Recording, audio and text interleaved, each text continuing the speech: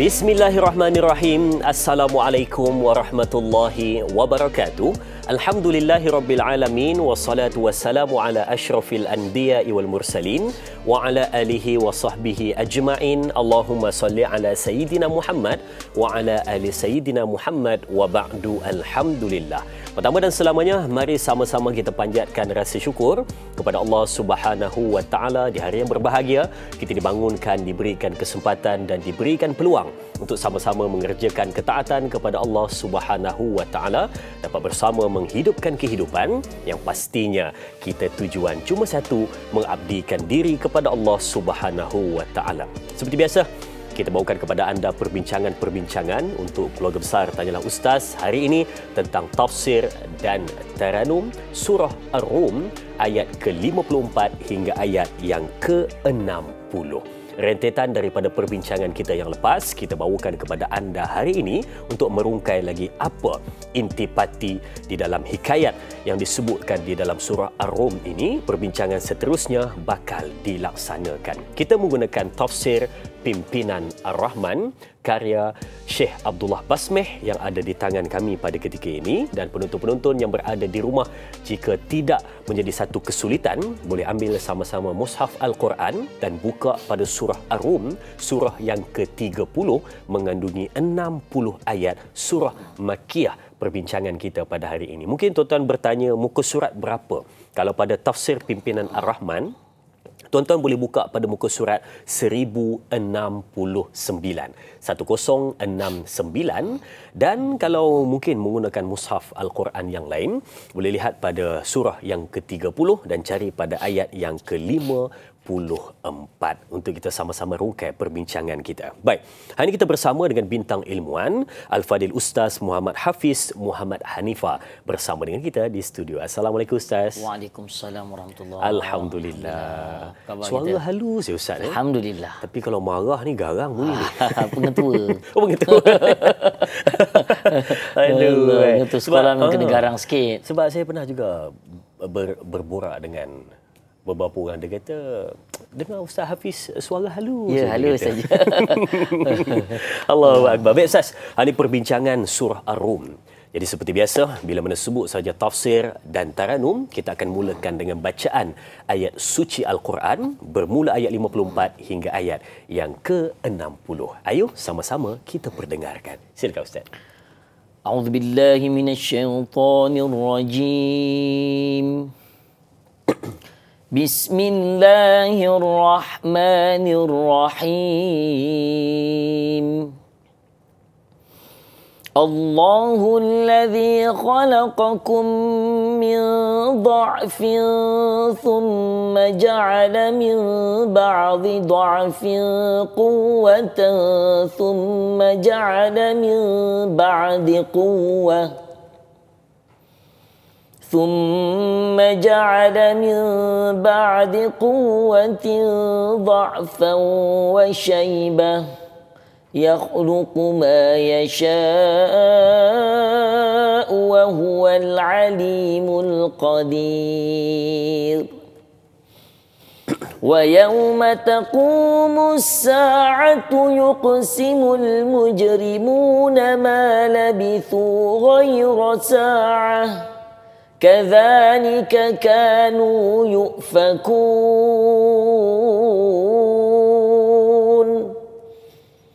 وقال الذين أوتوا العلم والإيمان لقد لبثتم في كتاب الله إلى يوم البعث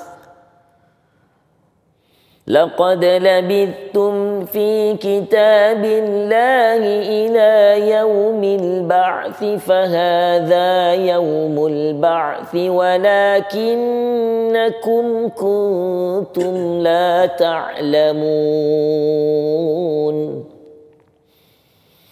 فيومئذ لا ينفع الذين ظلموا معذرتهم ولا هم يستعتبون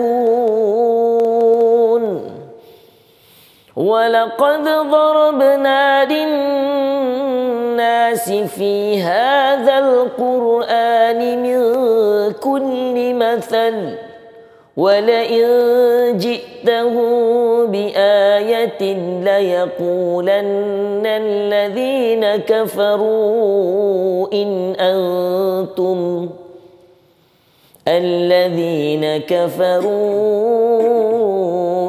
أنتم إلا مبطلون كذلك يطبع الله على قلوب الذين لا يعلمون فاصبر إن وعد الله حق ولا يستخفنك الذين لا يوقنون صدق الله العظيم. Sadaqallahul Azim. Terima kasih diucapkan kepada Al-Fadil Ustaz untuk bacaan ayat suci Al-Quran sebentar tadi. Seperti yang kita maklumkan, menuju kepada penghujung surah Ar-Rum, ayat 54 hingga ayat yang ke-60. Ada sesuatu yang menarik untuk kita bincangkan untuk edisi kali ini. Sidang penonton, ayo sama-sama kita lihat pada ayat yang ke-54 sebagai pembuka tirai perbincangan. Allah Subhanahu wa Ta'ala berfirman, mafhumnya, Allah lah yang menciptakan kamu bermula dengan keadaan lemah. Selepas keadaan lemah itu, ia menjadikan kamu kuat. Setelah itu, ia menjadikan kamu lemah pula, serta tua beruban. Ia menciptakan apa yang dikehendakinya, dan dia jualah yang maha mengetahui, lagi maha berkuasa. Surah Ar-Rum, ayat yang ke-54. Untuk mafhum yang seterusnya, kita akan bacakan kepada anda semua dari masa ke masa sebentar sahaja lagi. Jadi Ustaz, untuk kita membuka pada ayat yang pertama surah Ar-Rum, ayat yang ke-54. Tadi kita bacakan kepada penonton-penonton, ada dua situasi, tetapi dua berulang, satu yang kekal. Allah jadikan manusia itu dalam keadaan lemah, kemudian dijadikan kuat, kemudian dijadikan lemah kembali. Apakah maksud di serbalik perihal tersebut? Silakan Ustaz. Baik, bismillahirrahmanirrahim. Innal hamdalillah nahmaduhu wa nasta'inuhu wa nastaghfiruh wa na'udzu billahi min syururi anfusina wa min sayyiati a'malina. Man yahdihillahu fala mudilla lahu wa man yudlil fala hadiya lahu. Asyhadu an la ilaha illallah wahdahu la syarika lah wa asyhadu anna Muhammadan abduhu wa rasuluhu amma ba'd. Terima kasih kepada sahabat saya Da'i Azrin yang handsome kacak bergaya. Masya-Allah. Nampak butang boleh maintain lagi tu. Itu antara kejayaan lah. Kejayaan. Masya-Allah. Dan konsisten. Allahu akbar. Dan tidak lupa kepada seluruh penonton keluarga besar Tanyalah Ustaz yang bersama dengan kita dari awal pagi sehinggalah sekarang. Alhamdulillah.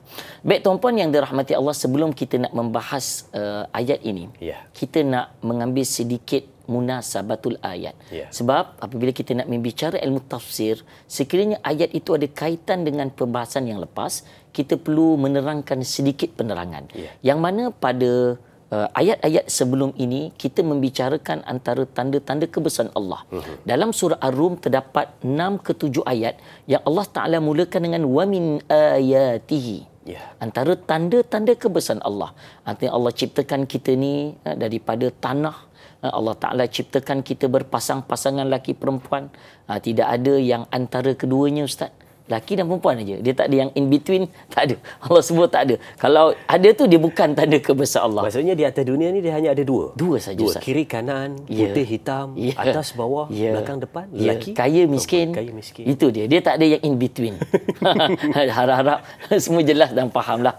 Antara tanda kebesaran yang kita bicarakan pada yang lepas adalah Allah menciptakan angin. Angin yang kuat, angin yang lembut, yang mana angin itu menggerakkan awan-awan. Sehingga awan ini mengeluarkan padanya air-air min khilalih. Kata Allah Azza wa Jalla, di celah-celahnya. Sehingga tumbuhlah tumbuh-tumbuhan. Yang mana Allah SWT memberikan perumpamaan bahawa bagaimana tanah yang gersang, yang kosong, tanah yang mati, itu perumpamaan manusia.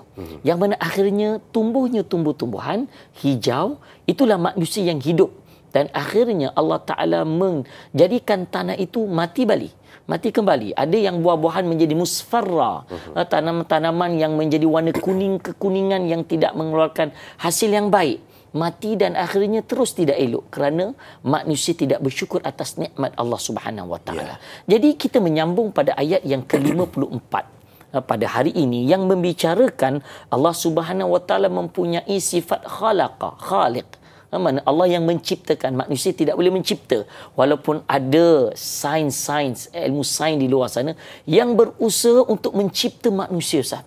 Bahkan sekarang ni di negara barat mereka bayar berjuta ringgit dalam keadaan mereka mati diletakkan di satu awan khas lah macam tu, tempat khas yang mana mereka ni akan dihidupkan kembali pada 50 tahun akan datang.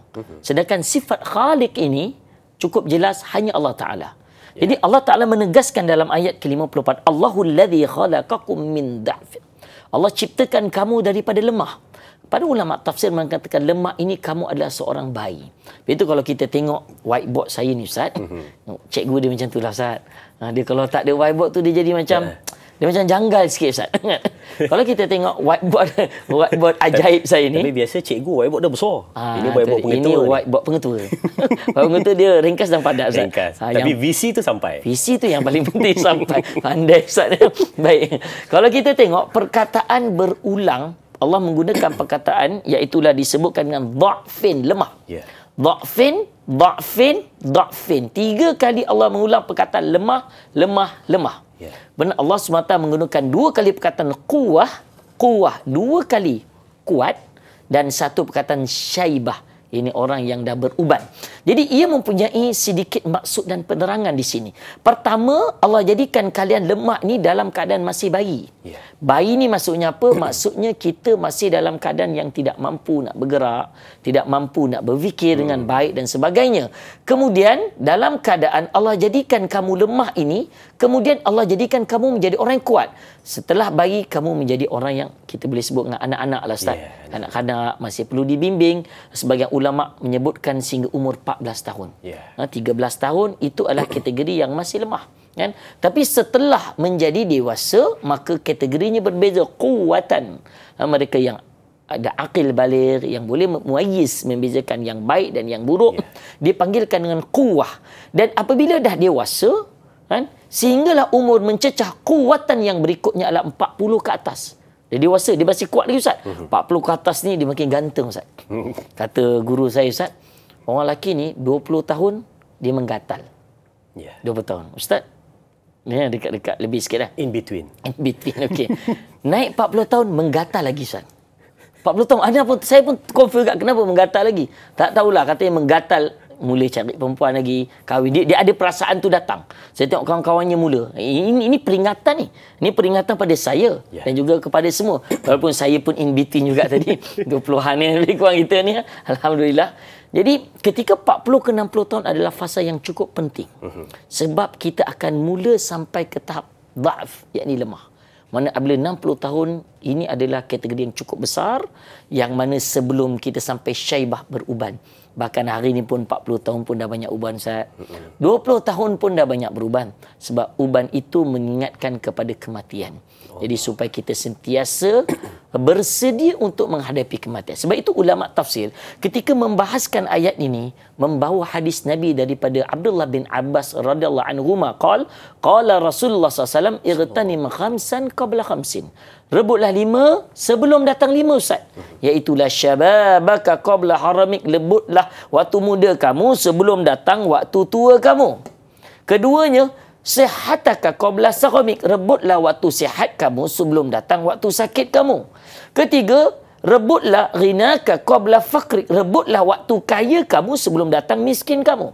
Keempat, rebutlah faraghaka qabla syughlik, rebutlah waktu lapang kamu sebelum datang sibuk kamu. Dan yang terakhir kelima, hayataka qabla mautik, rebutlah hidup kamu sebelum datang mati kamu. Maknanya dalam tempoh kita hidup ini, ketika kita ada kekuatan tadi dengan 5 ilmu ni, Ustaz, maknanya 5 perkara yang Allah berikan kepada kita ni, perlu kita kejar, perlu kita usahakan sebelum datang lagi 5 insya-Allah Ustaz. Insya-Allah. Subhanallah itu dia kan. Sorry lah Ustaz, tulisan dia pengetua sikit. Tak apa. Saya faham. Tapi walaupun ringkas, isinya tu sampai. Ya. Dan juga memberikan pada kita penjelasan yang secara keseluruhan berkenaan dengan ayat yang ke-54, berkenaan dengan lemah, kembali kuat dan kembali lemah kembali. Perinciannya ada pada papan putih tersebut. Sina penonton, kita nak berehat seketika. Kembali selepas ini bersama Tanyalah Ustaz, biar tahu jangan keliru, terus bersama kami.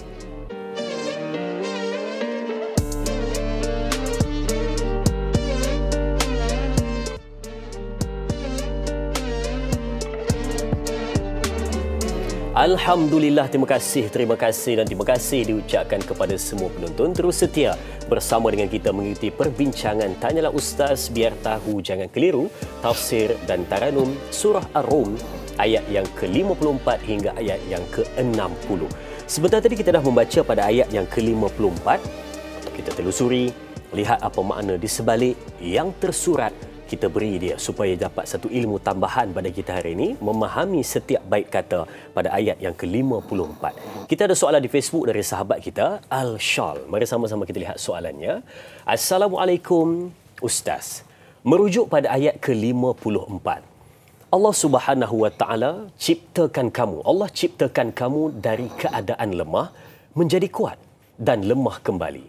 Adakah di dalam ayat ini menyatakan keadaan manusia yang melalui fasa berperingkat-peringkat, iaitu sedari bayi yang baru dilahirkan dalam keadaan lemah, amat sukar untuk menampung bayi yang baru dilahirkan. Namun, beberapa bulan selepas itu, bayi sudah boleh menampung dirinya sendiri, dan bila mana usia meningkat dan semakin tua dan uzur, diri menjadi lemah semula dan kembali seperti bayi. Makan disuapkan, dimandikan, dipakaikan lampin dan sebagainya.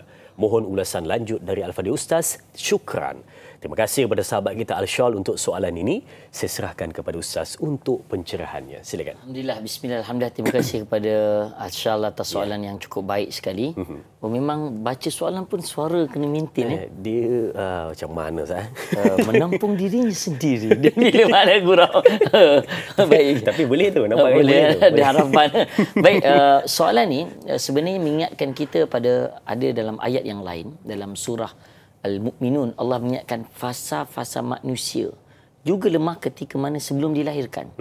Allah Ta'ala ingatkan kita dalam surah Al-Mu'minun ayat yang ke-14. Thumma khalaqna an-nutfata 'alaqatan fa khalaqna al-'alaqata mudghatan fa khalaqna al-mudghata 'idhama fa kasawna al-'idhama lahma thumma ansha'nahu khalqan akhar fatabarakallahu ahsanul khaliqin. Allah ingatkan kita ketika lemah dalam keadaan kita ini asalnya dari tak ada apa-apa Ustaz. Daripada nutfah, iaitu air mani yang bercantum menjadi segumpal darah, diletakkan adanya azama, iaitulah tulang, dibalut lagi dengan lahma, kemudian lahirlah kita bayi yang tidak mampu untuk melaksanakan tanggungjawab sebagai khalifah. Tetapi itu adalah tanggungjawab permulaan yang mana kita kena tahu bahawa setiap seseorang yang mukallaf, ketika mana dia sudah akil baligh, maknanya apabila dah cukup umurnya, mungkin hari ni 13 tahun. Ustaz dulu 14 berapa tahun Ustaz? 11? Ada orang berbeza-beza Ustaz. Macam saya 14 kan. Bila? 15 kot. 15 lambat sikit. Tapi hari ni agak mengejutkan, anak-anak muda lebih awal Ustaz. Lebih awal. Kita harap anak-anak ni tidaklah dia baligh dengan dipaksa seperti mana kita tengok buah-buahan seperti diletakkan kabaid. Ustaz, adakah kerana persekitaran juga boleh mempengaruhi? Ya. Betul. Dan media sosial, YouTube, dia boleh merangsang hormon-hormon kita, lebih-lebih lagi anak-anak wanita yang boleh lahir dalam keadaan yang mana akil balighnya lebih awal. Bahkan di zaman para Nabi SAW dahulu pun kebanyakan umur 9 tahun ke atas yang akil baligh. Baik tuan-puan yang dirahmati Allah SWT, kita berbalik kepada persoalan dan perbincangan kita, kenapa ayat ini agak penting menceritakan tentang fasa-fasa kehidupan kita, sebab Allah SWT menyuruh kepada kita mengejar beberapa perkara penting. Sebab waktu muda ni Ustaz, cantik kita nak sembahyang. Saya bayangkan bila kita menunaikan haji, saya balik haji lepas Ustaz. Perjalanan menggunakan kaki ni Ustaz boleh tahan. Saya kira Ustaz lebih daripada 30 km lah. Satu hari? Tak, maknanya perjalanan yang banyak tu mau 30 km. Itu pun dah kira package yang skip jalan kaki ni. Dia bukan yang hari-hari jalan kaki 10 kilo tu. Ada yang tinggal dia datang pergi balik 10 kilo nak pergi melontar. Kita ni sekilo je pergi balik sekilo lebih. Tapi kira-kira pun 30 kilo. Bila saya tengok yang berumur Ustaz, yang disebutkan dengan da'fin tadi. Bila kanak-kanak dia kembali pada tua tadi, dia dah mula ditolak. Dia tidak mampu. Jadi kesempurnaan tu Ustaz rasa tak feel. Saya nak tawaf ni guna kaki juga kata dia. Tawaf lah guna kaki, gedebuk jatuh. Dan gedebuk jatuh, tolak balik. Sebab apa? Sebab kita tidak ada kemampuan. Jadi rebutlah waktu muda kita. Macam Zain Azrin masih muda, molek, comel molek ni. Kuat Ustaz, pergi haji. Daftar haji dah Ustaz? Dah. InsyaAllah bila pergi Ustaz? 2045. Oh, okey lah, tak lama sangatlah. 2045 maknanya 20 tahun lagi Ustaz. Okey, berat juga lutut tu. Lagi 20 tahun. Tapi mereka yang baru yang daftar Ustaz akan pergi insya-Allah daftar hari ni 2150. Jadi saya tak tahulah dia hidup berapa kali baru dipanggil. Tapi poinnya adalah kita kena kejar. Begitu juga waktu kita berkemampuan kuat, kita kerja, kita boleh cari rezeki Ustaz. Kita boleh memberikan wang, bersedekah, menginfakkan harta kita. Kerana waktu kita kaya. Waktu kita lapang, kita mengisi dengan masa-masa yang baik. Dengan kita beribadah kepada Allah Ta'ala, dengan kita qiyamul lail, kan? Dengan kita bermuhasabah diri, istighfar. Begitu juga ketika mana waktu hidup kita. Sebelum datang waktu tu. Sebagai penutup untuk perbincangan ayat 54 ni Ustaz, saya nak petik dalam ayat yang lain dalam Quran. Allah ingatkan pada kita, idza balagha 40 sanah, umur apabila cecah 40 tahun, maka kita kena perbanyakkan bersyukur atas nikmat yang Allah berikan. Sebab tuan-puan, para ulama membahas umur 40 ni dia kira kritikal Ustaz. Pada yang 40 saya ingatkan diri saya dan pada rakan-rakan tuan-puan sekalian, maka dah kena tarik handbrake dunia ni dah. Janganlah kita mengejar sangat dengan hubbud dunia, dengan melampaui mencintai dunia, sebab kita takut kita akan tergelincir. Sekiranya 40 ke 50 kita masih lagi dalam fasa perubahan, Allah beri peluang 50 ke 60. Tapi takut Ustaz, kalaulah lepas 60 yang kita sebutkan da'fin wa syaibah tadi, dah sampai bertua bangka lah kira kata, ayat kasar sikit kan. Syaibah ni kira putih semuanya, masih nak mengejar dunia. Takut kita sukar untuk berubah dah. Memang tidak mampu untuk berubah dan kita akan kekal dalam dosa dan maksiat yang kita lakukan. Saya nak share satu doa Ustaz. Doa yang menguatkan akidah kita sehingga kita mendapat kekuatan untuk menghadapi hari-hari akhir, khususnya kepada ibu ayah. Tapi saya tak nak share sekarang Ustaz. Saya nak share last sekali. Kena tunggu sampai hujung lah nanti insya-Allah. Saya baru nak tulis. Ingat dah nak bagi. Okey, kita. Baik, subhanallah, itu dia kan. Baik Ustaz, sebelum saya membacakan terjemahan pada ayat yang ke-55 dan juga 56, saya ada satu soalan. Ya, kita. Yang ringkas, jawapannya pun juga mungkin boleh diberikan secara ringkas insya-Allah. Soalannya. Ya. Nampak lambat tu. Soalannya Ustaz. Kita selalu tengok dan baca dalam ayat Quran, ada beberapa ayat, dan bukan kata beberapa tetapi banyak ayat, di hujungnya ada perkataan ataupun istilah Allah memuji pada dirinya sendiri. Ya. Contohnya pada ayat yang ke-54, di hujungnya disebutkan wahuwal alimul qadir. Ya. Dia jualah yang maha mengetahui lagi maha berkuasa. Kita selalu baca ayat ini. Jadi mungkin Ustaz boleh berikan saranan kepada kita. Dalam kita membaca ayat tersebut, apa sebenarnya yang cuba disampaikan oleh Allah Subhanahu Wa Taala pada peringkat hujung, pastinya akan ada pujian terhadap Allah Subhanahu wa taala. Silakan Ustaz. Baik, terima kasih pada Dai Azrin. Allah Subhanahu wa taala juga berfirman dalam surah Al-Anfal. Allah mengingatkan pada kita bahawa walillahil asmaul husna fad'uhu biha. Bagi Allah itu adanya nama-nama yang baik dan berdoalah dengan nama-nama ini. Nama-nama ini termasuklah sifat-sifat yang ada pada Allah Azza wa Jalla. Sifat Allah Subhanahu wa taala menjangkau dari sifat makhluk. Laisa kamitslihi syai'un wa huwas samiul basir.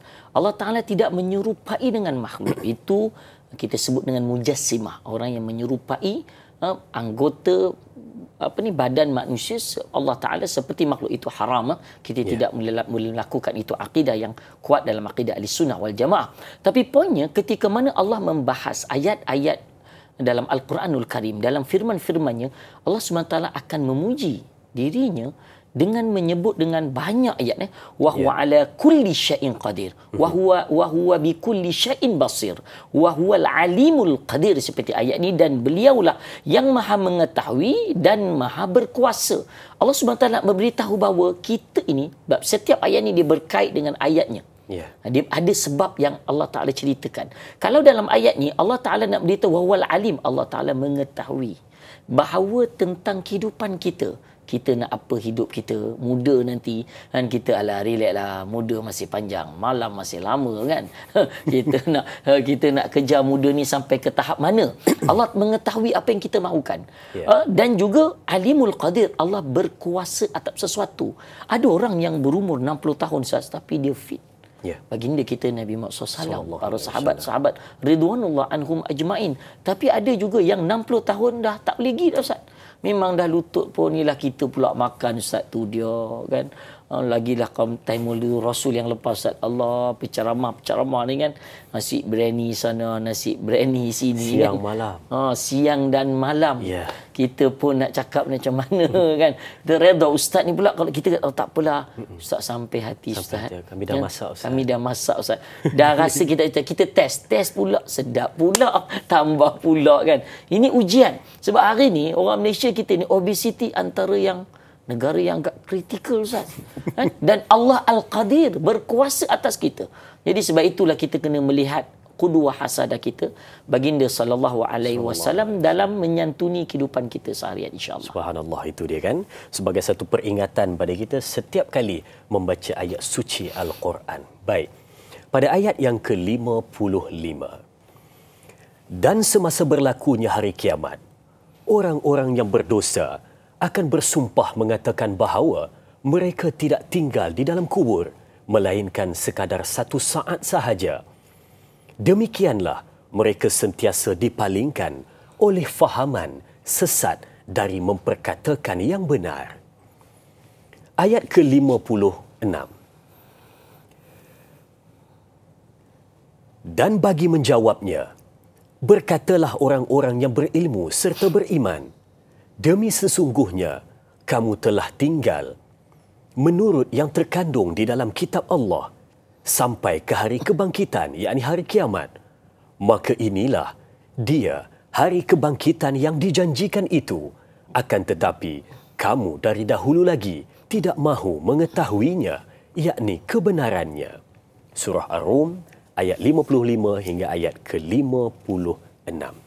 Jadi Ustaz, bagaimana kita memahami ayat 2 ini untuk kita jadikan sebagai nota penting pada hari ini? Silakan Ustaz. Baik, terima kasih pada Dai Azrin. Ayat yang ke-55 membicarakan tentang bagaimana orang-orang yang mujrimun. Orang mujrimun, orang yang berdosa. Dia orang yang musyrikun, orang yang kafirun termasuk. Mereka ini telah menzalimi diri mereka. Orang yang menzalimi diri mereka ni, mereka tidak boleh terima yang mereka ni akan dibangkitkan di akhirat. Bagi mereka tidak perlu dibangkitkan. Dunia adalah syurga buat mereka. Allah Ustaz, saya pergi sebuah negeri Ustaz. Baru ni Allah kan tengok rumahnya ada flyover. Flyover khas Ustaz. Nak pergi rumah macam istana ni individu ni Ustaz. Rumahnya naik corner, saya singgah di bawah, Allah, macam syurga Ustaz. Jadi bagi mereka ni orang musyrikun, Nabi SAW mengatakan ad-dunya sijnul mu'min wa jannatul kafir. Dunia ini adalah penjara bagi orang-orang beriman. Wa jannatul kafir, dan syurga buat orang-orang kafirun, orang kafir. Jadi ini bermaksud kepada kita bahawa ini adalah penjara kita. Yeah. Tapi berbeza bagi orang yang mujrimun dalam ayat ini. Sebab itu, ma labithu ghaira sa'ah disebutkan. Kata Imam Ibnu Kathir menyebutkan dalam ayat ini, mereka bersumpah yuqsimul mujrimun. Kenapa mereka bersumpah? Mereka bersumpah dengan sumpah yang dusta. Bukannya sumpah yang benar-benar sumpah. Yeah. Mereka mengatakan ghaira sa'ah. Mereka tinggal itu dalam masa sesaat. Maksud sesaat ni bukanlah sesaat. Macam kita bilang 1, 2. Saat ni malah tempoh yang sedikit. Mereka mengatakan bahawa dalam ayat-ayat selepas ni kita akan bahas juga bahawa mereka duduk dekat dalam di dalam kubur hanya sedetik, sekejap saja. Sedetik maknanya tempoh yang pendek. Ketika mana di dunia pun mereka dalam tempoh yang sekejap saja. Mereka tidak diberi peluang untuk bertaubat. Mereka bersumpah ni. Mereka bersumpah dengan sumpahan dusta mereka. Kami dulu tidak diberi peluang untuk bertaubat. Kami dulu di dunia tidak diberi peluang untuk untuk buat kebaikan kepada orang yang susah. Jadi dalam masa yang sedikit ni, kenapa perlu kami ini dimasukkan ke dalam api neraka? Sebab itulah kita takut sebenarnya tuan-puan bila membahaskan ayat-ayat 55 termasuk 56, 57 dan seterusnya, mengingatkan kepada kematian kita dan persiapan persediaan kita. Sebab hari ini orang bincang tentang hari kiamat terlalu detail. Yang disebutkan alamatus sa'ah as-sughra, tanda kiamat kecil, alamatus sa'al wusta, tanda kiamat pertengahan, dan alamatus sa'al kubra, tanda kiamat yang besar. Seperti mana hari ini kita lihat peperangan yang disebutkan al-malhamatul kubra, peperangan yang Armageddon yang besar yang berlaku, maka titik tolaknya berlaku hari inilah yang berlaku di Palestin. Keganasan Zionis Israel ke atas bumi Gaza, Rafah dan sekarang di Lebanon, Ustaz. Na'udzubillah min zalik. Jadi apa yang berlaku hari ini sebenarnya benar, ya, kita kena ada pemerhatian tapi yang paling penting adalah tanda kiamat, iaitu kiamat yang kecil yang merujuk kepada kematian kita. Kematian kita juga adalah alamatus sa'as sughra, tanda kiamat kecil bagi diri kita. Itu kiamat bagi diri kita. Sebab kita akan pergi ke alam barzah, ke alam sana nanti. Sebab itu dalam ayat ini Allah Subhanahu Wa Taala mengingatkan apabila berlakunya, maknanya hari yang kemudian. Wa yauma taqumus sa'ah, apabila berlakunya hari kiamat. Mana dah habis dunia ni, fasa dunia ni habis dah. Tadi kita dah bicara dah ke hidupnya, waktu mudanya kita, waktu tuanya. Kemudian apabila matinya, mereka mengatakan bahawa mereka ni ghaira sah, hanya seketika sahaja, Ustaz. Wallahu a'lam. Wallahu a'lam, itu dia kan. Pada ayat yang ke-54 tadi membicarakan tentang satu pendustaan.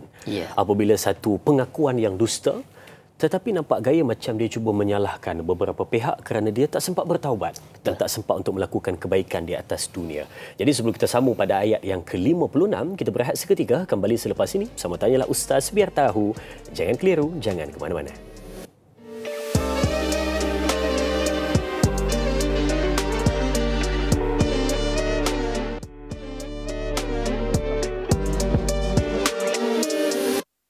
Subhanallah, itu dia kembali untuk teruskan perbincangan surah Ar-Rum, surah ke-30, 60 ayat. Kita berbincang pada ayat yang ke-55. Satu penyaksian dan pengakuan dusta. Mereka mengatakan, di kubur kami kejap saja. Di dunia pun kejap saja. Kami tak diberi peluang untuk melakukan kebaikan dan bertaubat. Atau istilah kasarnya disebut, tidak adil kehidupan ini. Kenapa sekejap sangat masa diberikan? Kami baru seronok dengan dunia, maka tiba-tiba sudah habis kehidupan dunia dan di dalam kubur juga tak diberi peluang untuk kembali ke dunia. Jadi ini satu perkara yang mungkin disebut sebagai pendustaan bagi mereka. Jadi bagi kita membesarkan lagi ruang perbincangan kita, ayo sama-sama kita lihat pada soalan yang melibatkan ayat 55 dari sahabat kita Sahziatul Siddiq. Assalamualaikum Ustaz, pada ayat ke-55. Mengapakah orang-orang yang berdosa mengatakan hanya sesaat di dalam kubur? Apakah azab di alam barzah, di lubang-lubang neraka itu, mereka tidak merasa kesakitan hingga hari kebangkitan? Dan mereka mengatakan hanya sesaat sahaja. Apakah faktor-faktor mereka mengatakan sedemikian? Mohon pandangan Ustaz. Terima kasih. Terima kasih juga sahabat kita Sahziatul Siddiq untuk soalan ini. Silakan Ustaz. Baik, terima kasih pada Puan Sahziatul Siddiq atas soalan yang cukup baik sekali. Kita membicarakan tentang alam barzah. Alam kubur dan alam barzah, para ulama mengatakan dia alam yang sama. Dia adalah alam yang mana selepas seseorang itu melepasi alam dunia.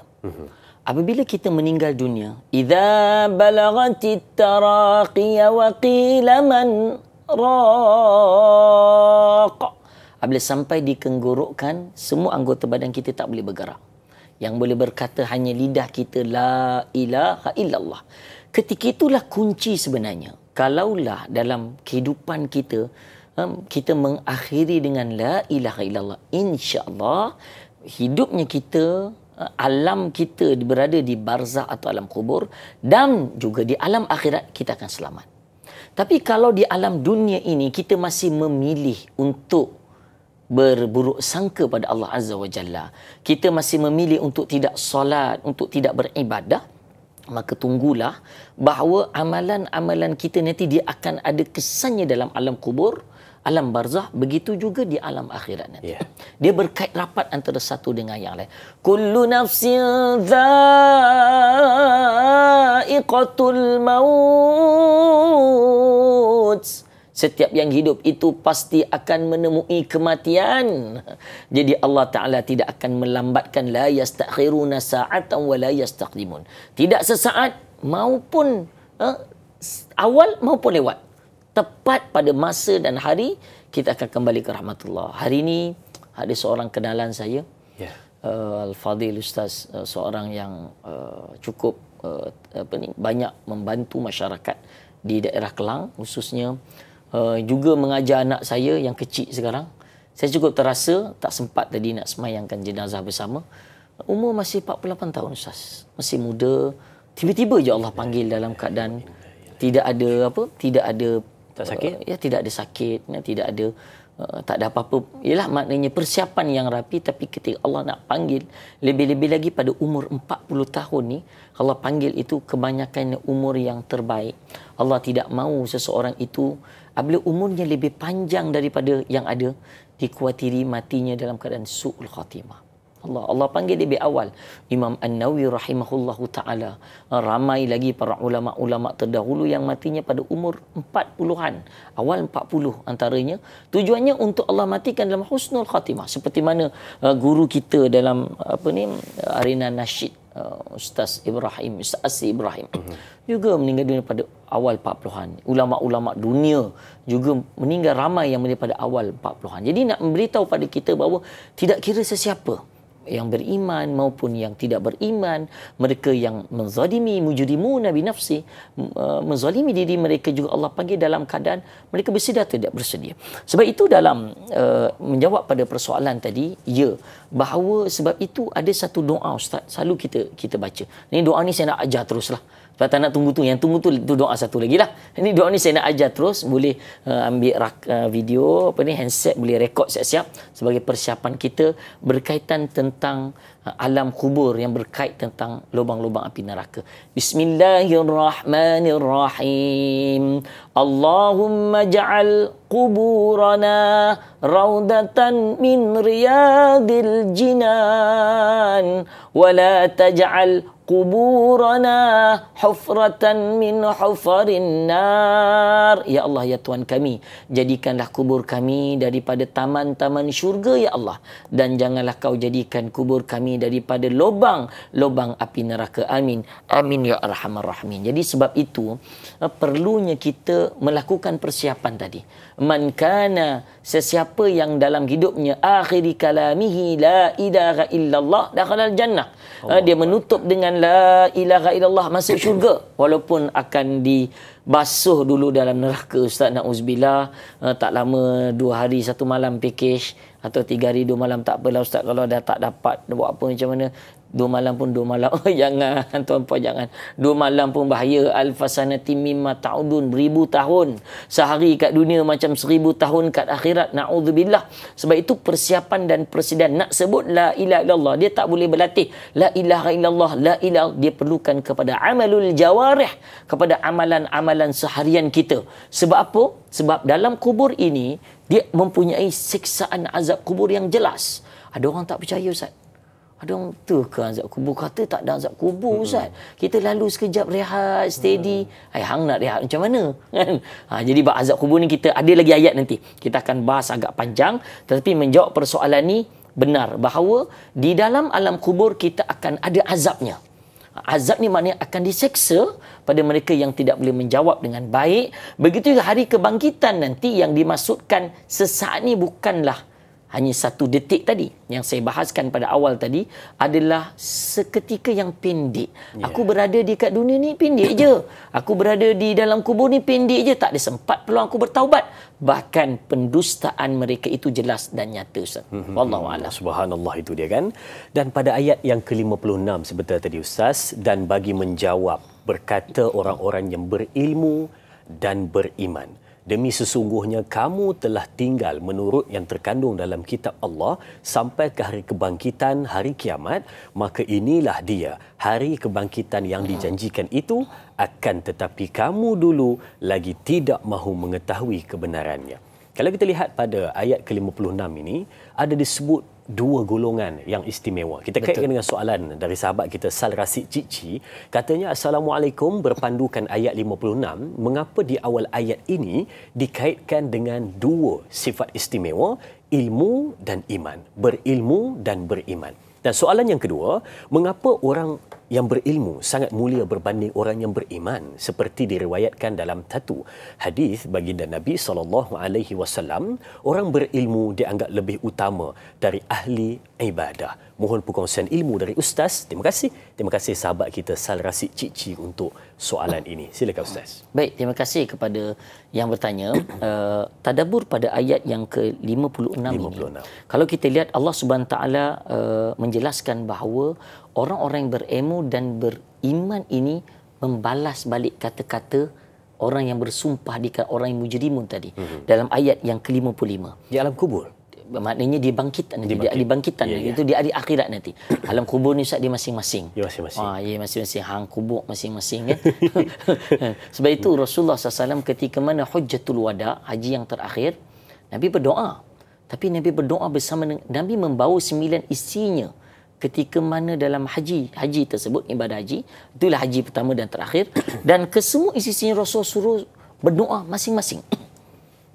Kenapa perlu doa masing-masing? Ya, kita macam saya dengan jemaah, kita dah ajar zikir, dah doa ramai-ramai. Lepas asar, saya akan suruh jemaah semua pergi doa masing-masing. Pergi doa suami isteri dulu, doa keluarga dulu. Lepas dah doa keluarga, pisah lagi suami isteri, seorang-seorang. Berpandukan perbuatan Nabi SAW. Kenapa? Sebab Nabi nak memberitahu ketika kita berada dalam kubur, Ustaz, tidak ada siapa yang boleh menolong kita. Sama ada suami dan isteri pun tak boleh datang tolong kita di dalam alam kubur. Rasulullah menyuruh para isterinya, zaujatun Nabi SAW, untuk berdoa secara bersendiri-sendirian. Sebab kamu hanya dengan Allah. Kamu hanya boleh mendapat bantuan dari Allah. Maka mohonlah ketika bumi Arafah itu secara sendiri-sendiri. Kenapa? Sebab di dalam kubur kita akan sendiri-sendiri dengan amalan yang kita bawa. Iqra'ul Quran fa innahu ya'ti yaumal qiyamah syafi'an li ashabih. Bacalah Quran sebab Al-Quran akan beri syafaat kepada kita pada hari akhirat nanti. Begitu tuan-puan yang dirahmati Allah Ta'ala. Orang-orang yang berilmu dan beriman. Menjawab persoalan tadi. Sebenarnya dia ayat ini bukanlah membezakan antara orang berilmu dan beriman. Dia package. Dia package. Berbeza kalau soalan tadi orang yang disebutkan berilmu dan ahli ibadah. Itu berbeza. Tapi yang di sini ilmu wal iman dia adalah package. Hanya orang beriman ni dia tak boleh iman dulu baru berilmu. Dia mesti takdim wa ta'khir. Apabila dalam Al-Quran, dalam tafsir membahas, ketika mana Allah menggunakan apa-apa juga perkataan, mana didahulukan dan diakhirkan, ada maksud dan penerangan. Macam setiap malam kita membaca ayat, Alladhi khalaqal mauta wal hayata liyabluwakum ayyukum ahsanu amala. Al-ayah. Allah jadikan alladhi khalaqakum, Allah menjadikan pada kamu itu adanya kematian dan juga hidup. Kenapa mati dulu baru hidup? Sedangkan hidup dulu baru mati. Sebenarnya sebelum kita hidup, kita ni mati dulu. Sebenarnya dalam surah Baqarah Allah juga bahas wa kaifa takfuruna billahi wa kuntum amwatan fahyakum thumma yumitukum thumma yuhyikum thumma ilaihi turja'un. Macam mana tanah dalam perbahasan yang lepas, tanah yang mati, macam mana di Mekah hari ini matinya tanah, kemudian baru hidup. Begitulah manusia. Sama dalam ayat ini, seseorang itu perlukan ilmu dahulu. Barulah seseorang itu boleh beriman. Kalau kita kata kita beriman dengan Allah, kita beriman, ya percaya Allah. Tetapi berimannya kita pada Allah belum lagi sampai tahap yang sebenar. Apabila kita kata, okey aku beriman dengan Allah Ta'ala dengan melakukan apa yang disuruh, apa yang ditinggalkan, apa yang disuruh itu solat. Ya solat itu perlu dipelajari. Kan? Sallu kama ra'aitumuni usalli, kata Nabi SAW. Semayanglah kamu seperti mana kamu lihat aku semayang. Kan? Khudhu anni manasikakum. Orang nak pergi haji, kursus Ustaz. Saya pernah berikan kursus berkala, berlama Ustaz, berminggu-minggu. Kursus haji ni berminggu-minggu. Yang kami yang ada tauliah mengajar haji umrah di tabung haji ni pun dikursuskan. Kursus tafakuh, kursus sebagai pembimbing. Kami ni pun kursus juga, belajar juga maknanya. Jadi perlukan ilmu barulah iman kita mantap. Apa yang dikatakan? Mereka akan mengatakan kepada orang-orang mujrimun tadi, laqad labithtum fi kitabillahi ila yaumil ba'ts, yang mana Allah mengingatkan bahawa sesungguhnya kamu telah tinggal menurut apa yang terkandung dalam kitab Allah ini sampai ke hari kebangkitan, yakni hari kiamat. Maknanya apa yang Allah Ta'ala ingatkan kepada kita tentang amal ma'ruf, nahi mungkar, perkara-perkara yang baik, soleh, perkara maksiat yang perlu kita tinggalkan, semuanya sudah terkandung dalam Quranul Karim. Tetapi mereka mendustakan. Dah ada dah. Allah dah beri peluang kepada kamu untuk bertaubat. Allah dah beri peluang untuk kau dapat hidayah. Tapi kau tolak. Kau tidak mahu untuk mempelajari ilmu Allah. Mengadakan kebaikan demi kebaikan. Sebab itu kita boleh terkejut Ustaz. Ada seorang yang non-Muslim ni, apabila dia mula buka kitab ni Ustaz, dia mula-mula dia baca Zanikal kitabu la raiba fihi hudan lil muttaqin. Dia tengok terjemahan, dia terus mula Islam. Satu ayat je. Saya pun pelik juga kisah ni. Kisah ni berlaku di luar negara. Seorang orang putih. Apabila dia baca, dia kata Zalikal kitabu la raiba. Itulah kitab yang la raiba. La di sini disebut an-nafiyatu lil jins. Menafikan secara total, tidak ada apa-apa kesalahan, keraguan. Ustaz pernah jumpa ke mana-mana buku ditulis, author yang di dunia ini yang hebatlah, penulis terkenal mana pun, dia tulis dekat mukadimah buku dia, jangan bimbang, tidak ada apa-apa satu kesalahan dalam buku saya, maka boleh meyakini padanya. Ada ke Ustaz? Tak boleh overclaim je tu. Tak ada. Selalunya di awal akan cakap kemaafan sekiranya ada kekurangan, ralat-ralat yang berlaku.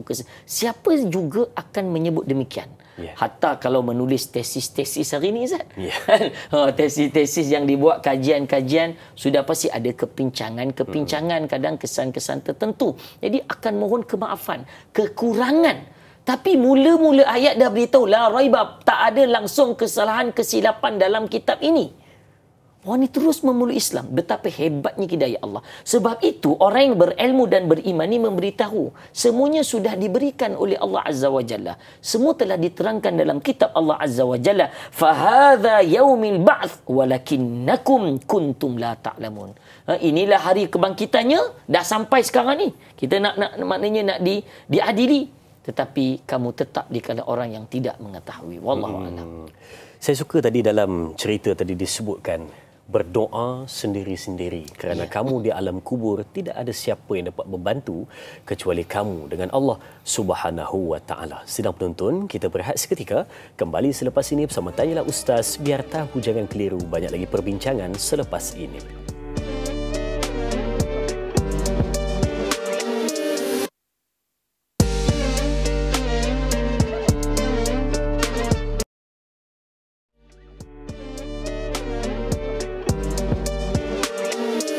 Alhamdulillah, sesuatu yang berharga dan bernilai kita dapat pada hari ini. Selalu kita membaca dalam keadaan khusyuk, tenang, memerhati. Tetapi hari ini lebih dalam, kita dapat sesuatu untuk kita tahu sebenarnya apa di sebalik yang berlaku dalam kehidupan manusia. Ada yang sombong, ada yang memerhatikan, ada yang beriman dan berilmu, ada juga yang ingkar akan setiap perintah Tuhan. Saya suka untuk melihat pada ayat yang ke-56, apabila di hujung itu disebutkan oleh orang yang berilmu dan beriman, akan tetapi kamu dahulu tidak mahu mengetahui kebenarannya. sudah disampaikan, tetapi mereka menutup hati, menutup mata, memekakkan telinga seolah-olah hati mereka tertutup dan berkata, kamu, aku, tidak mahu mendengarkan. Jadi sedang menonton, ayo sama-sama kita langsungkan perbincangan kita. Kita ambil soalan di Facebook dari sahabat kita, Casey. Baik. Assalamualaikum, Ustaz. Juga semua sahabat-sahabat tanyalah Ustaz. Ustaz, soalan saya, kerana belum mati. Ustaz, soalan, saya kerana belum mati dan merasakan semua yang diceritakan tentang azab selepas kematian seperti dongeng. Bagaimana untuk kita yakinkan mereka tentang wujudnya siksa kubur, siksa neraka sakar, yang ular yang besar membelit badan kita di dalam kubur? Mohon pencerahan Ustaz. Terima kasih. Terima kasih juga sahabat kita Casey.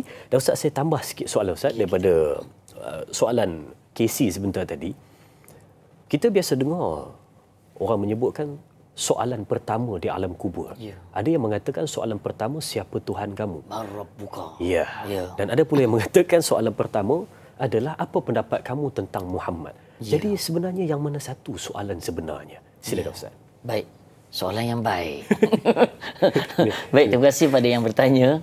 Kita membicarakan tentang azab kubur atau alam kubur. Ya, benar, alam kubur adalah perkara yang pasti. Allah SWT menjelaskan banyak ayat-ayat Al-Quran. Sebagai contoh dalam surah Ghafir, bagaimana Fir'aun diazab dalam kubur. Allah Ta'ala mengingatkan dalam ayatnya, ala fir'auna asyaddal azab. Yang mana Fir'aun ini dan ahli-ahlinya akan diberikan azab yang pedih. Yang disebutkan dalam ayat ini adalah azab kubur itu sendiri. Mana di dalam kubur sudah disiksa, Ustaz. Fir'aun ni dahsyat, Ustaz, kan? Inni ana rabbukumul a'la. Aku ini Tuhan kau yang maha tinggi. Dahsyat. Fir'aun mengaku Tuhan, tetapi ketika mana Nabi Musa AS berdakwah, Allah Ta'ala menyuruh Nabi Musa untuk berdakwah dengan qaulan layyina, dengan kata-kata yang lemah lembut. Apatah lagi kita kepada manusia biasa berdakwah dengan hikmah dan bijaksana, insya-Allah. Baik. Itu antara bukti sebenarnya, antara yang Allah Ta'ala ingatkan kepada kita bahawa begitu banyak contoh-contoh, bukti-bukti dalil yang mana Allah SWT menjelaskan adanya azab kubur. Azab kubur itu benar. Bahkan di dalam kubur ada sifat. Kubur ni dia ada sifat, disebutkan sifat innalil qabri daghtatan. Kubur ini bersifat dengan hempitan, kata Nabi SAW dalam hadis Muslim. Hempitan ini, kalau kita lihat, ia adalah satu sifat kubur. Hanya hempitan itu berbeza-beza mengikut keadaan. Saya ringkaskan satu cerita berlaku di zaman Nabi SAW. Ada seorang sahabat Nabi namanya Sa'ad bin Mu'az. Ketika mana kematiannya bergegar arasy Allah. Ittazza arsyur rahman li mauti Sa'ad bin Mu'az. Malaikat Jibril turun dari langit ketujuh bertemu Nabi SAW di Madinah Munawwarah. Apa yang berlaku ya Rasulullah? Sehingga ittazza arsyur rahman, bergegarnya arasy Allah. Hari ini apa berlaku? Maka jawab Nabi SAW, ittazza arsyur rahman li mauti Sa'ad bin Mu'az. Sebab kematian syahidnya Sa'ad bin Mu'az. Masya Allah, tuan-puan, Sa'ad bin Mu'az ni hidupnya memeluk Islam umur ketika itu 31 tahun. Dan wafatnya syahid pada umur 35 tahun. Bayangkan, ketika meninggal syahidnya dalam peperangan sama Nabi SAW, bergegarnya arasy Allah, 70,000 malaikat, 70,000 malaikat mengusung jenazah Sa'ad bin Mu'az dikebumikan keempat di perkuburan Baqi' di Madinah. Sebab itu Nabi mengatakan, kalaulah berjaya seseorang daripada hempitan kubur, la najaha Sa'ad bin Mu'az. Sa'ad bin Mu'az lah manusia pertama yang akan berjaya dalam kubur daripada hempitan. Tapi Sa'ad bin Mu'az pun tidak lepas daripada hempitan kubur. Apabila kita bahas hadis ini, ulama mengatakan innal daqtatal qubur laysat min azabil qubur. Hempitan kubur bukanlah azab kubur.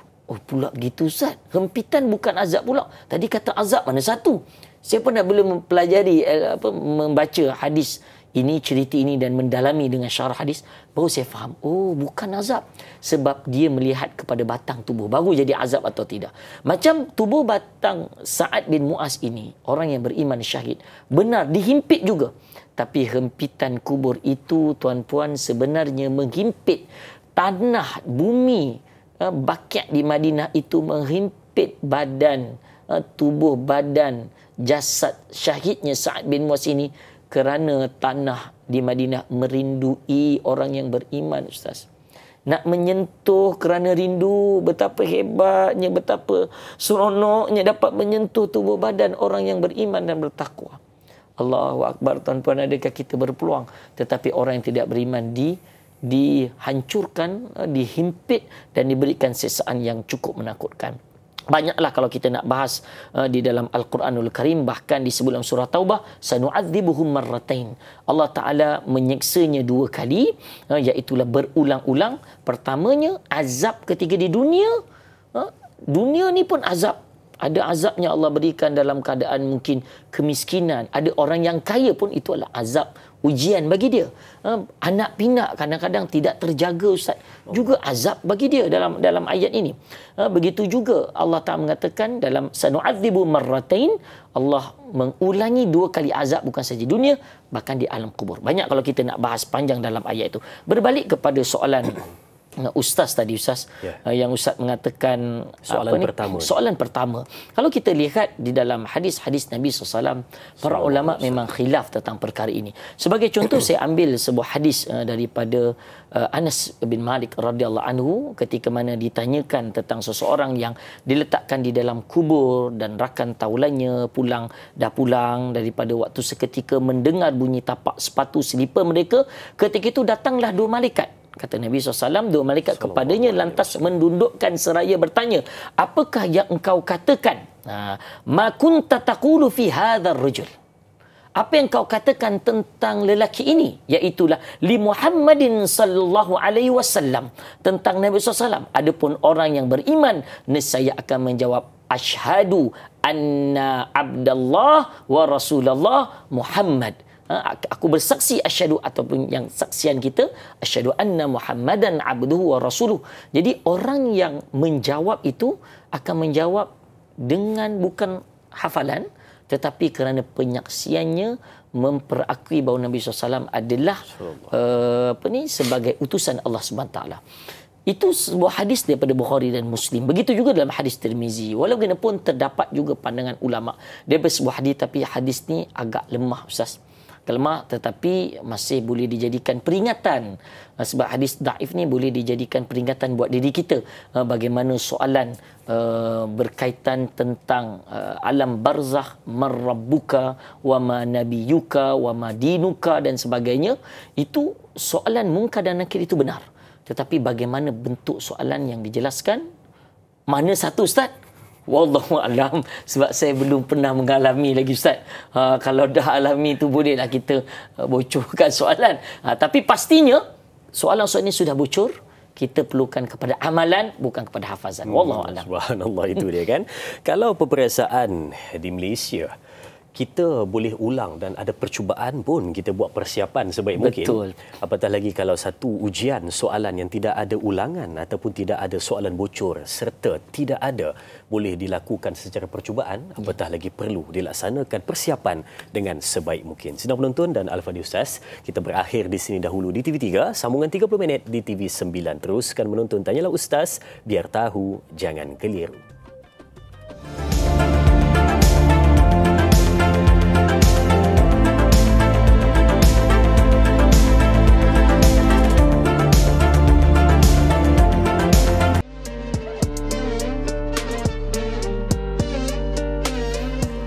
Subhanallah, hari ini kita mengetuk pintu hati masing-masing untuk memahami dan mentadabbur ayat suci Al-Quran, bermula dari ayat yang ke-54 hingga ayat yang ke-60 surah Ar-Rum. Yang mana tadi kita dapat merasakan satu tekanan pada jiwa untuk memahami bagaimana di alam kubur ada seksaan dan ada pertanyaan yang mana dianggap dusta oleh sebahagian daripada manusia yang mengatakan ini adalah cerita dongeng semata-mata. Tak ada apa pun di alam kubur, ini semua hanya untuk menakutkan kami sahaja. Sebenarnya ini adalah satu penipuan yang nyata. Tetapi di hujung ayat ke-56, inilah yang kami ceritakan dulu, tapi kamu sebenarnya tidak mahu ambil kebenaran akan apa yang telah diperkatakan. Satu kata orang, ayat yang memikirkan perjalanan hidup, adakah berakhir dalam keadaan baik ataupun buruk. Baik, kita nak membaca pada ayat yang ke-57 hingga ayat ke-58. Terjemahannya. Pada ayat yang ke-57, maka pada hari itu tidak berguna lagi bagi orang-orang yang zalim sebarang alasan yang mereka kemukakan untuk melepaskan diri dan mereka pula tidak diberi peluang untuk memohon keredaan Allah. Pada ayat ke-58, dan demi sesungguhnya kami telah mengemukakan kepada umat manusia berbagai kisah dan perbandingan di dalam Al-Quran ini, dan demi sesungguhnya jika engkau membawa kepada mereka sebarang keterangan, sudah tentu orang-orang kafir itu akan berkata, kamu ini tidak lain hanyalah orang-orang yang membuat dakwaan palsu. Surah Ar-Rum ayat 57 hingga 58. Jadi kita serahkan kepada Al-Fadhil Ustaz untuk perinciannya. Silakan Ustaz. Baik, terima kasih kepada Dai Azin dan kepada keluarga besar Tanyalah Ustaz yang masih bersama dengan kita. Terima kasih banyak kan yang dapat meneruskan majlis ilmu bersama dengan kita insya-Allah. Baik, ayat yang ke-57 ini adalah bukti yang nyata bahawa mereka akan cuba mencari alasan. Fayauma idzil la yanfa'u alladhina zalamu. Orang-orang yang menzalimi diri mereka di kalangan orang musyrikin, di kalangan orang yang menzalimi diri mereka, orang yang kafirun, mereka ini akan berusaha lagi minta dan mereka akan menyalahkan Allah Azza wa Jalla. Mengatakan bahawa Allah Azza wa Jalla seperti tidak adil buat mereka. Sedangkan dalam ayat ni para ulama tafsir membawa penerangan dalam surah Al-An'am. Buktinya jelas. Apa kata mereka? Dalam ayat ni umum. Tapi buktinya ayat yang dikatakan dalam surah Al-An'am. Apa Allah Ta'ala sebutkan? A'udzubillahi minasyaitanirrajim. Walau tara idh wuqifu 'alan nar. Ketika mana mereka ini yang disebutkan tadi orang yang zalim, kafir, musyrikin ini telah tetap di dalam neraka, faqalu ya laitana an urad. Sesungguhnya ya Allah, kata mereka, kalaulah kami alangkah baiknya an nuradda wa la nukadziba bi ayatillah, kalaulah dapat kami ini dikembalikan balik ke dunia, wa la nukadziba, dan kami tidak akan mendustai lagi ayat-ayat Allah. Mereka bercakap ini, wala nukadziba bi ayatillah wa nakuna minal mu'minin, dan kami ini akan menjadi di kalangan orang-orang yang beriman. Nampak ayat dia? Ayat dia memang, ayat surah An-An'am ni bukti yang mereka ni mohon benar-benar. Sepatutnya orang akan cakap apa dalam perbahasan ayat yang selepas ni 58, sebab itu darabna linnas fi hadzal qur'ani min kulli mathal. Allah telah memberikan banyak perumpamaan-perumpamaan ni. Sebab perumpamaan-perumpamaan ini adalah menceritakan betapa dahsyatnya mereka ni sudah membuat dakwaan palsu. Walaupun para ulama tafsir menyebut, kalaulah mereka ini diberi peluanglah sekali oleh Allah Ta'ala untuk kembali. Qala rabbi irji'un, dalam ayat yang lain juga mereka berkata irji'un, kembalikan kami ke dunia. Maka ketika itu kata-kata mereka hanya dusta saja. Sebenarnya mereka nak balik tu, sebenarnya mereka nak cari alasan saja. Nak beri peluang untuk mereka ini tidak diazab dalam api neraka. Takut tuan-puan, mudah-mudahan kita tidak termasuk dalam orang-orang yang menzalimi diri kita sendiri dan golongan orang yang mujrimun dan kafirun yang disebutkan. Na'udzubillahi min zalik. Sebab itu zalamu ma'dziratuhum wa la hum yusta'tabun. Tetapi mereka ini tidak diberi peluanglah oleh Allah Subhanahu taala. Habis dah, tutup.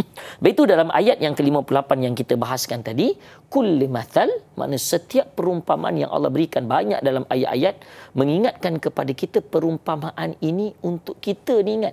Sebab setiap dalam kaedah usul fiqh, usul fiqh pula.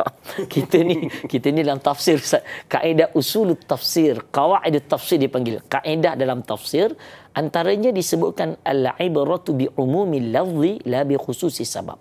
Setiap ibrah dalam ayat Quran tidak mengkhususkan pada sebab-sebab tertentu, sebab-sebab turun ayat tertentu, tetapi dia untuk lafaz umum pada semua orang. Walaupun ayat ni bukan untuk kita orang Islam, kan? Untuk orang-orang yang mujrimun, yang kafirun, musyrikun. Tapi sebenarnya kita ni takut menjadi seperti golongan mereka. Sebab ramai Ustaz hari ini mereka yang mengaku Islam dan Islam tetapi tidak beramal dengan amalan Islam. Allah, mereka menentang agama Islam, mereka menentang. Kalau yang begini dahsyat. Sebab itu dalam tafsir Al-Munir, seorang ulama besar Dr. Wahbah Az-Zuhaidi pernah mendapat anugerah tokoh umat hijrah di negara kita. Kan di rumah saya memang berjilid macam ni lah, kan. Lama dah saya tak buka, tapi dia menjadi buku rujukan utama. Jadi kalau apa, kita buka lah. Macam nak keluar tanya Ustaz ni, buka lah Ustaz. Dia bukan buku harian. Dia kalau ada rujuk, kita rujuk. Jadi beliau mengatakan dalam perbincangan kita, daripada awal tadi sampailah beberapa ayat selepas ini, menerangkan bahawa orang-orang yang sudah menentang agama kita dan tidak boleh, biarkan mereka. Jangan kita hindah dah kepada mereka. Sama ada orang yang kata Islam tetapi dia menentang agama orang yang bukan Islam, yang menentang kita, biarkan mereka, tak apa. Sebab apa? Sebab kita akan ada kekuatan. Kita perlu meneruskan perjuangan kita seperti mana yang Allah sebutkan, wala in ji'tahum bi ayatin la yaqulanna alladhina kafaru in antum illa mubtilun. Ini dia. Mereka kata, kalaulah mereka ini diberi peluang untuk kembali dekat dunia tadi, sudah tentu orang kafir itu kata, kamu ini tidak lain hanyalah orang-orang yang membuat dakwaan palsu sahaja.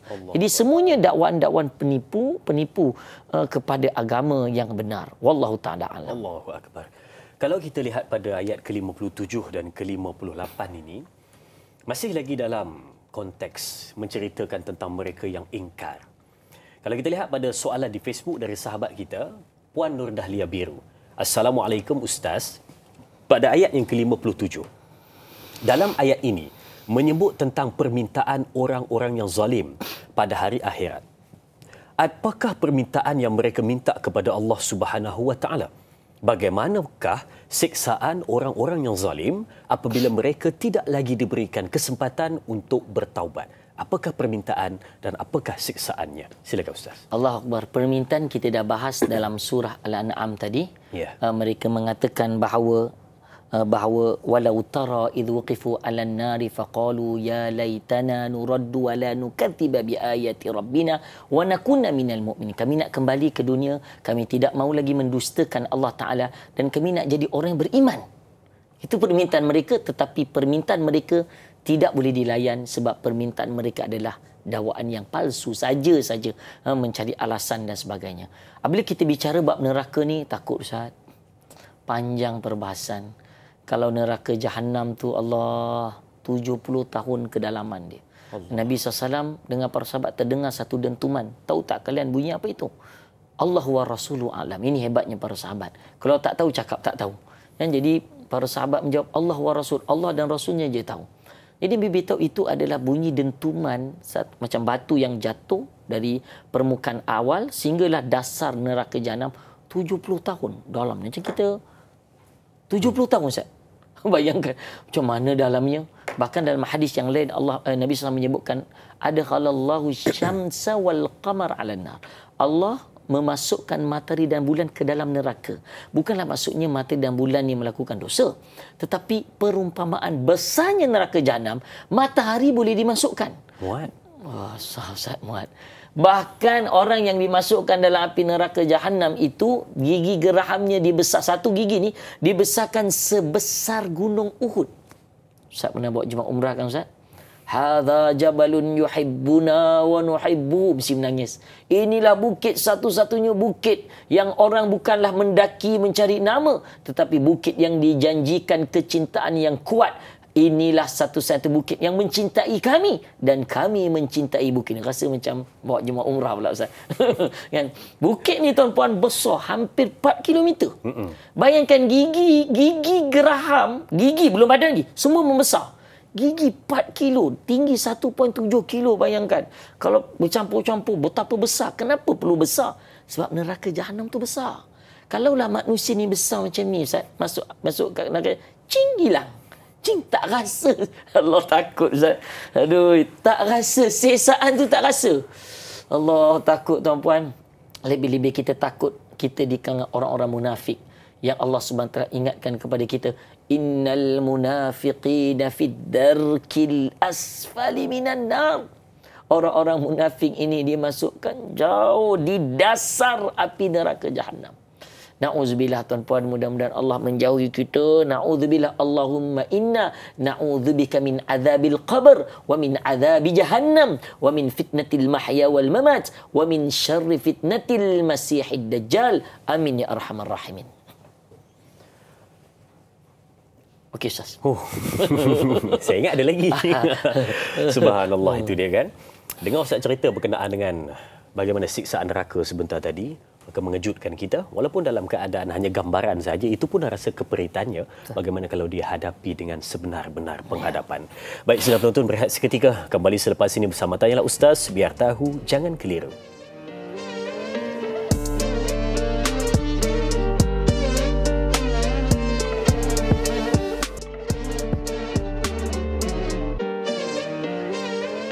Subhanallah, Allahu Akbar. Sebenarnya susah untuk memahamkan manusia tentang sebenar-benar perkara yang diucapkan ataupun ada di dalam setiap baik-baik ayat Al-Quran. Mereka yang membacanya bukan hanya sekadar dengan mata, tetapi membaca dengan hati nurani.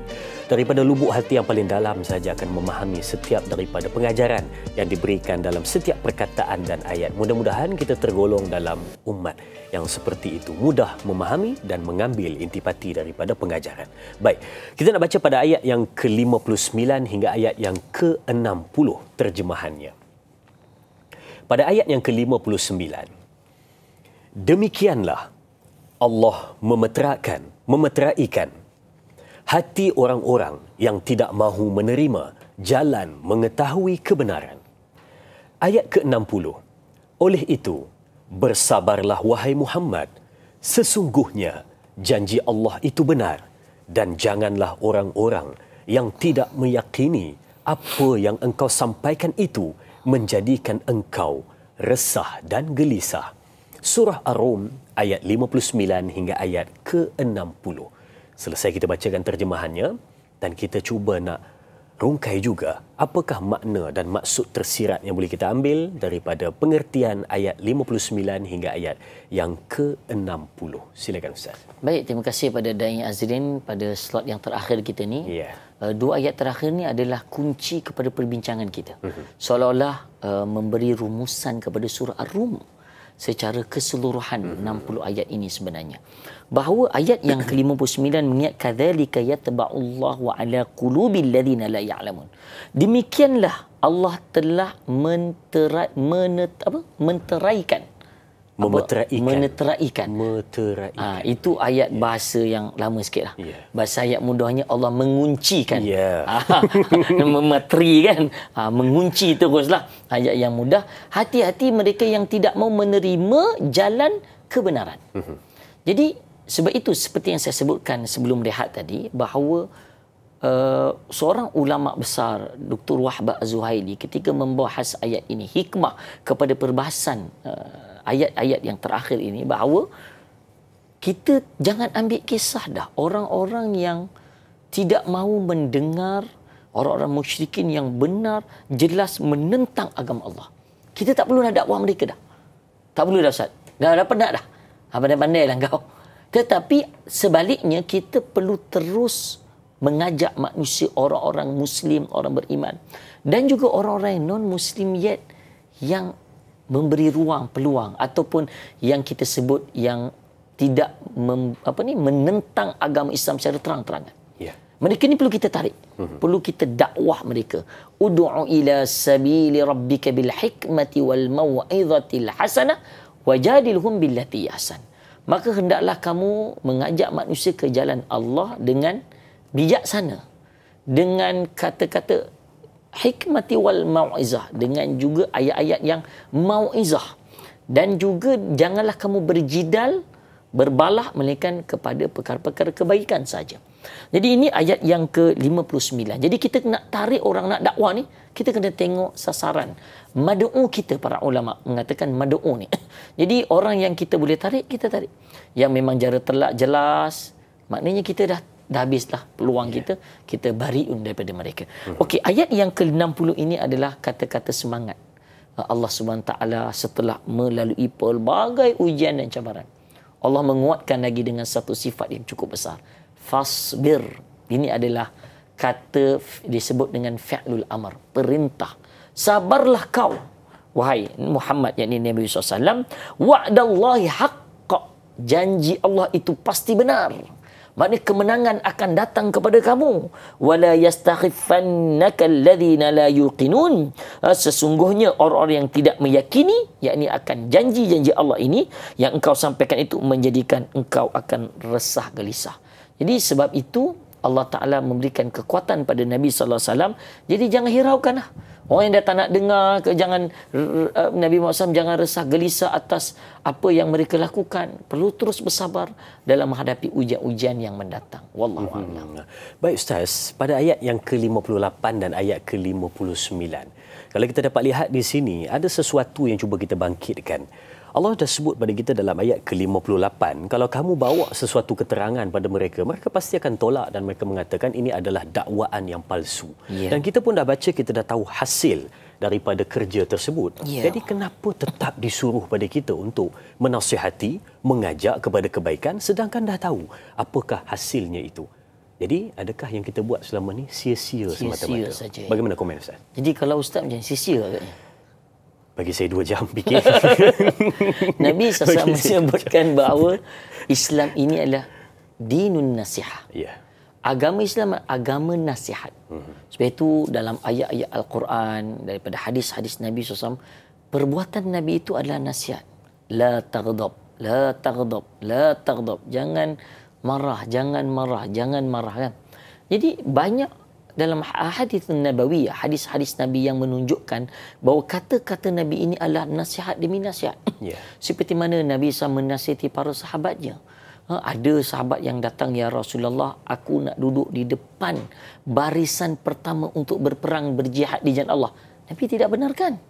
Bukan semua yang perlu berperang. Itu kita kena jelas. Nabi suruh menyuruh dia duduk di bahagian belakang, standby.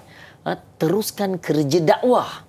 Jadi macam Dai Azrin, molek dah kerja dakwah. Dia teruskan.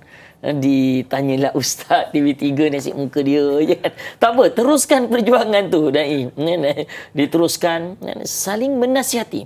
Dan menasihati ni yang paling penting adalah rakan-rakan kita Ustaz. Kawan-kawan, keluarga kita yang dekat. Sebab itulah Allah dah janji kita di dunia ini bersama. Allah janji kita berada di syurga balik. Aba'ahum wa azwajahum wa dhurriyyatahum. Kita akan masuk syurga dengan ayah-ayah kita.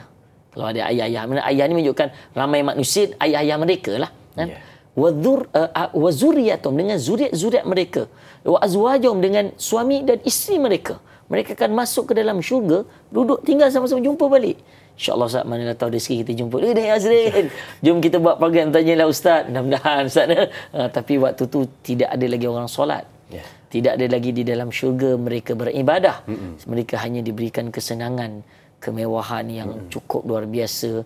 Bahkan kata Allah Azza wa Jalla kepada hamba-hambanya yang masuk dalam syurga, tatamanna ya abdi. Mintalah wahai hambaku. Apa yang kau nak minta? Allahu Akbar Ustaz. Kalau kita ni teringin nak naik kereta jenis ni Ustaz. Ustaz nak kita apa Ustaz? Ustaz teringin Ustaz punya impian tu.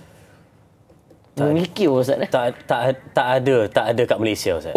Itu cukup hebatlah. Itu cukup hebat. Tapi di dunia ada kan? Di dunia okey ada lah.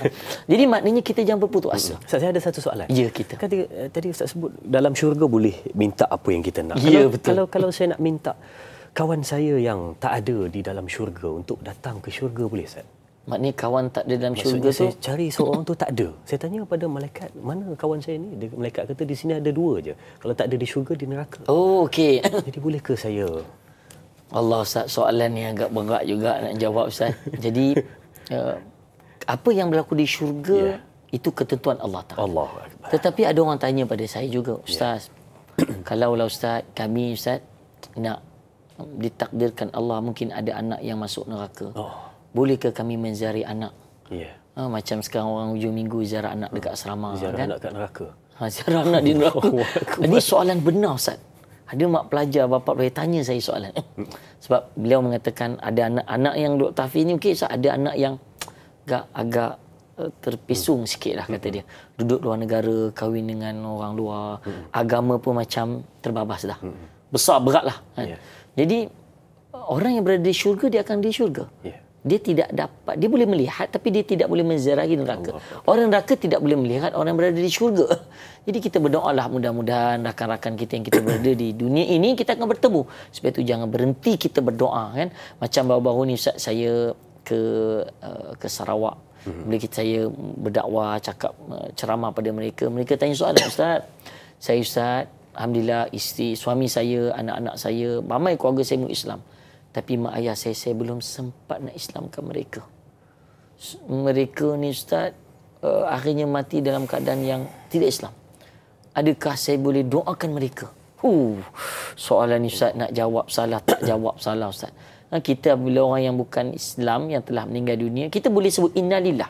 Innalillah wa inna ilaihi raji'un, sebab mereka juga kembali pada Allah. Tapi jangan disambung. Orang kita ni Acung meninggal, innalillah wa inna. Mudah-mudahan Acung ditempatkan bersama orang beriman dan bertakwa, amin ya haram.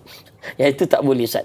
Mendoakan, Allah menegur jelas dalam Quran bahawa kita tidak boleh mendoakan. Bagaimana Nabi SAW juga tidak mendoakan bapa saudaranya Abu Talib yang telah kembali. Innaka la tahdi man ahbabta walakinnallaha yahdi man yasha. Engkau tak boleh beri hidayah. Jadi maknanya kita perlu teruskan kerja dakwah kita, tapi mereka yang benar-benar jelas Ustaz, memerangi agama kita Islam, mereka dah tak boleh nak didakwahkan. Yang ini seperti mana tadi saya sebutkan, Dr. Wahab Ghazali mengatakan, biarkan mereka. Allahu Akbar. Saya terfikir yang Ustaz sebut seorang mak bertanya tadi tu. Kita mungkin boleh fikir juga apa sebenarnya dalam fikiran dia, sehingga mana dia boleh bertanya, boleh tak saya melawat anak saya di dalam neraka? Maksudnya apa sedang dipikir tu saya? Ada tak dia tanya melawat pukul berapa? Tak ada. Subhanallah. Waktu melawat pukul berapa? Baik Zaz, sebagai kesimpulan perbincangan kita pada hari ini, Surah Ar-Rum ayat 54 hingga ayat yang ke-60. Satu perbincangan yang bagi saya sangat mendalam untuk kita berfikir tentang bagaimana pengakhiran kehidupan kita dan adakah baik ataupun buruk. Jadi sebagai kesimpulan Ustaz, apa Ustaz boleh rangkumkan dengan perbincangan kita pada hari ini sebagai nota penting kepada penonton-penonton semua? Silakan. Baik, terima kasih pada Dai Azrin. Kalau ikut surah Ar-Rum adalah surah yang ke-30 dalam susunan. Dia surah Ar-Rum adalah surah Makkiyah yang turun sebelum Nabi berhijrah. Turun selepas surah Insyiqaq diturunkan oleh Allah Ta'ala. Idza samaa'un syaqqat, menceritakan tentang kelebihan-kelebihan yang Allah berikan kepada manusia berkaitan langit dan bumi. Itu surah Insyiqaq. Langit yang bersepah-sepah, awan-awan yang turun hujan. Begitu juga surah Ar-Rum menceritakan tentang kehebatan Rum yang jatuh naik balik kan. Dengan banyak Allah menunjukkan tanda-tanda kebesarannya. Tetapi pada hujung ayat, lebih kurang 7 ayat terakhir ini mengingatkan kepada kita bahawa hidup kita ni ada fasa-fasa Ustaz. Fasa mudanya kita, kanak-kanak muda, sekarang ni nak masuk fasa dewasa. Umur 40 tahun adalah umur yang matang. Umur yang kita mula kena tarik handbrake pada dunia kita ini, sebab kita akan kembali kepada ta'fin. Yang disebutkan kita akan kembali lemah. Kita akan kembali lutut pun dah Ustaz. Saya pun dah rasa Ustaz. Dulu Ustaz, saya ni kira macam fighter jugalah. Tahun lepas wakil Malaysia juga Ustaz. Tandingan kejohanan taekwondo. Dulu Ustaz boleh terbang. Sebab Ustaz bagi tahu tidak, saya tak berani bergurau. Baguslah Ustaz, dah faham. Tapi Ustaz sekarang ni dah tak boleh nak. Dulu kita bilang 540 darjah pusingan. Sekarang 360 pun letih Ustaz. Nak cerita kita ada fasa-fasa. Sebab itu kita kena yakin dengan agama Allah. Kita kena yakin dengan dakwah yang perlu kita teruskan. Sebab fasa-fasa itu akan memberi kekuatan pada kita. Siapkanlah diri kita dengan 5 perkara sebelum datang 5 perkara, insya-Allah. Allahu Akbar. Jadi Ustaz, silakan dengan doa ringkas.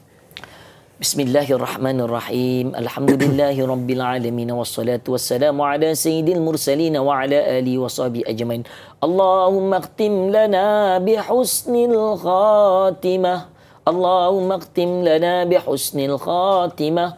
Allahumma khtim lana bihusnil khatimah wa la taqtim alaina ya Allah bisu'il khatimah. Ya Allah, ya Tuhan kami, matikanlah kami dalam keadaan kami husnul khatimah, dan jangan kau matikan kami dalam keadaan su'ul khatimah. Ya Allah, ya Tuhan kami mohon kepadamu, ya Allah, berikanlah kekuatan pada kami untuk merebut 5 sebelum datang 5, ya Allah. Bila kekuatan ketika mana kami, ya Allah, dalam keadaan kami ketika mudanya kami sebelum datang sakitnya, ketika datangnya tuanya kami. Datanglah kekuatan pada kami ketika kami sihat sebelum datangnya sakit kami, ya Allah. Berilah kekuatan pada kami mengeluarkan zakat dan infak ketika kaya kami sebelum datangnya miskin kami. Kuatkanlah hati-hati kami, ya Allah, ketika mana kami kami, menggunakan masa kami dengan amal ibadah sebelum datang sibuknya kami. Amin. Kejarkanlah hidup kami ini Allah dengan kebaikan sebelum datangnya kematian kami Allah. Amin. Allahumma rabbana atina fid dunya hasanah